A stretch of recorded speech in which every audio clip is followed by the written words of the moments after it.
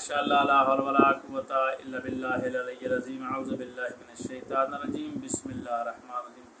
अस्सलामु अलैकुम नाज़रीन, आज हम वीडियोज़ लेकर हाज़िर हुए हैं आपके सामने। बहुत ही आसान, बहुत ही मुजर्रब, बहुत ही मशहूर व मारूफ़ वज़ीफ़ा आपकी खिदमत में हाज़िर करने जा रहे हैं। और हज़रत मोहम्मद मुस्तफ़ा सल्लल्लाहु अलैहि वसल्लम से है, कोई बंदा आया तो जनाब मोहम्मद मुस्तफ़ा से कहता है, या मौला मेरी कोई हाजत, मेरी कोई दुआ कबूल नहीं हो रही। तो इमाम फरमाते हैं कि अगर अपनी हाजत कबूल तो करवाना चाहता है कि तेरी हाजत भी कोई हो तो वो पूरी हो जाए, तेरी दुआ है जो वो कबूल हो जाए, तो ये तुम वज़ीफ़ा करो।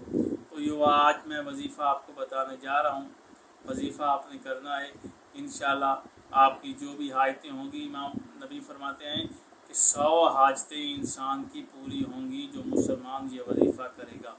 और वज़ीफ़ा शब जुमा और जुमा के रोज़, यानी कि जुमा की सात जब शुरू होती है ज़वाल से लेकर 7:40 के अंदर ज़वाल की आज़ान से लेकर उससे 40 मिनट तक आगे तक आप ये वज़ीफ़ा जुमे की सात के अंदर करें। और फिर शब जुमा को भी, यानी कि जो मगरिबैन होगी उसके बाद आप इस वज़ीफ़े को शुरू करें, और फिर जुमे के दिन भी जुमे की नमाज के वक्त ये वज़ीफ़ा करें। वज़ीफ़ा क्या है कि आपने दरूद पाक पढ़ना है। कितनी दफ़ा पढ़ना है? 100 दफ़ा। एक तस्बीह आपने शब जुमा, एक तस्बीह जुमा की साथ में अज़ान जुमा के बाद आपने बावज़ू होकर 100 दफ़ा दरूद पाक की तस्बीह पढ़नी है। और उसके बाद आपने दुआ मांगनी है। जो भी हाजत होगी, 100 हाजतें नबी फरमाते हैं कि वो पूरी हो जाएगी जो मुसलमान 100 मरतबा दरूद पाक हम पर भेजेगा।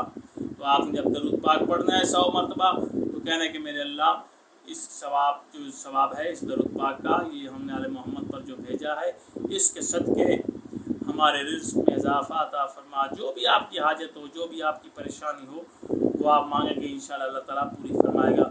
ये वज़ीफ़ा आप अदा करें, इंशाअल्लाह अल्लाह आपको कामयाबी देगा। आपका और हमारा अल्लाह हामी नासिर हो। खुदा हाफ़िज़।